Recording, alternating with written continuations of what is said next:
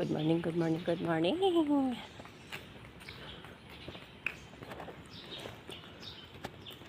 Hi pusa. Good morning. Good morning. Tatlong kulay yung pusa, oh. Pero parang sira yung mata niya. Parang na ano. Bye-bye.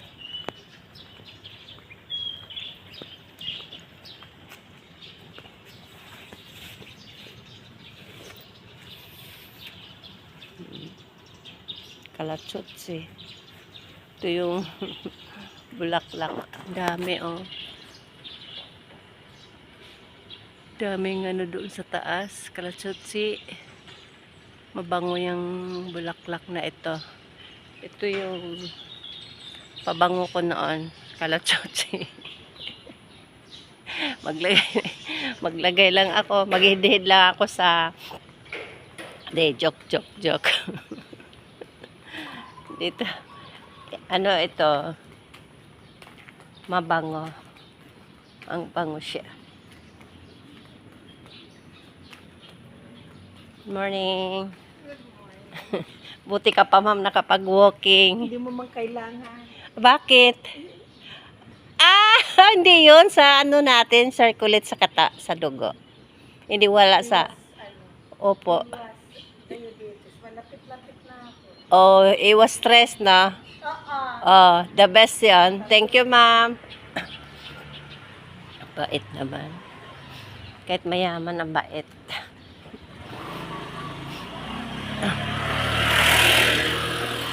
Ito yung mga kapitbahay namin. Sila ay mayayaman. Kami ay kami ay payaman, 'di ba? Kasi kung ano daw yung kapitbahay, mahawaan ka noon. Hindi mayaman sila, di payaman na rin ako. Lagi natin hatakin yung positibong buhay. Huwag tayo sa negatibong buhay. Yan. Tingnan mo yung mga ibon nagkakantahan. Masaya sila, 'di ba? Kaya tayong mga tao, wala tayong karapatan na hindi tayo maging masaya kasi marunong tayo magtatrabaho, marunong tayo maghanap ng pagkain. Pero sila, marunong din sa pamamagitan ng paglipad-lipad nila sa kalawakan. Kaya may pusa. Morning pusa. Daming bunga ng santol din. Oh, may santol.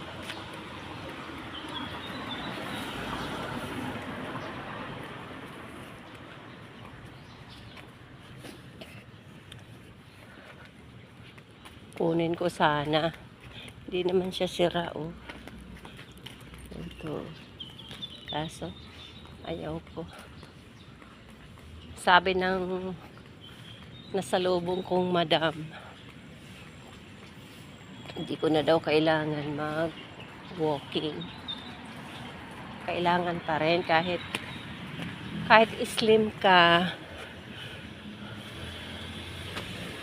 Kahit slim tayo, need pa rin natin mag-walking kasi alam nyo, pakiramdam ko pag sa loob lang ako ng bahay. Kaya pala maraming mga nanay na disalign na walang ibang option sa buhay. Parang ang bigat. Tapos para ba yung ang katawan ko lalong sumasakit. Tapos paano kung stressful ka pa? Paano kung habang nag-aalaga ka ng apo, ikaw pa ay maghagilap ng pagkain sa kanila, ikaw yung ikaw yung magplano para sa buhay nila dahil ang nanay ay ilagay natin sa wala siyang caring para sa anak. Paano na lang. Kaya tayo, kanya-kanya tayong sitwasyon sa buhay. Ay napagmasdan ko, pag wala tayong exercise or walking, kasi ang walking, the best na rin yun para sa katawan natin. Kaya ito, mas malayo-layo na rin itong walking ko kasi hindi ako makapag-walking sa sports center today. Dahil sa busy ko sa mga apo ko. Kaya, importante makapag-walking or mag-exercise. Huwag lang tayo lagi sa loob ng bahay. Kasi pag pinasok tayo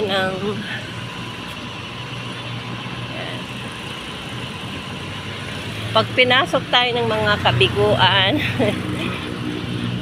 may kabiguan pa ha. Oo. Sobrang pag-iisip, sobrang pag-aalala, sobrang iniisip ang bukas, kung ano ang maging bukas.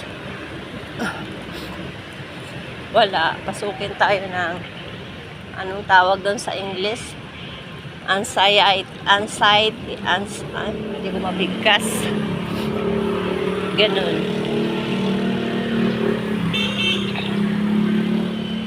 Yan. Linis dito, oh. Diyan ako nagpapapa-check up. Ayan ang town center, Marikina Town Center. Ayan.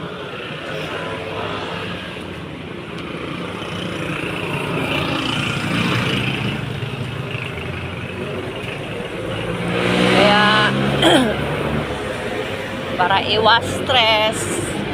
Hi! Morning! Morning! Good morning, pusa! What's your name? Alam ba nyo ang pusa, pag nagihila mo siya sa harap mo, nagdadala ng good vibes. Subo ko na yan. Yan. Noon nagtitinda ako sa real estate. Diba may pusa ako? Pag humarap sa akin na nagkahilamos, magkaroon ako ng mga positibong buyers. Kaya panatag na ang loob ko nun. Sana yung topic ko napunta sa pusa.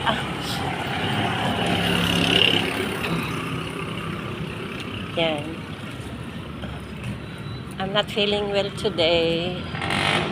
Parang kagabi pa akong sinisikmura. Pero hindi ko ini-entertain. Kaya nag-walking ako ngayon. Para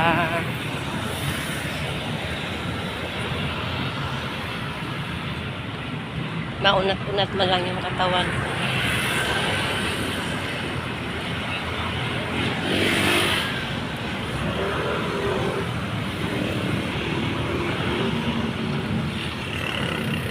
Dati yung nag-work ako, gigising ng maaga para makapagluto para sa mga anak. Kaya kung ma-late, speaking of late, huwag tayo magpaka-late. Any transaction, any appointment, kahit anong trabaho dyan, pag mayroon tayong commitment sa hanap buhay, commitment sa tao, huwag natin ugaliing ma-late. Kasi pag morning ma'am, kasi kung late, uy, may mga ibon, no? Ay, ibon. Mayroon katira dyang ibon.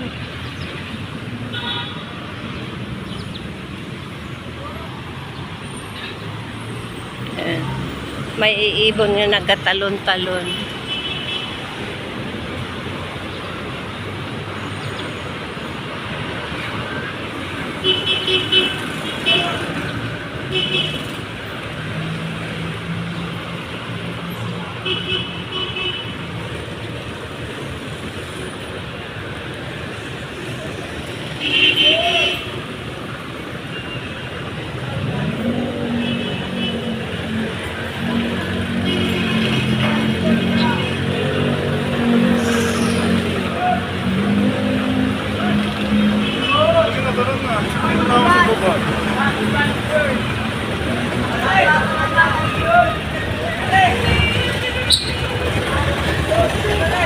naalis ko pa.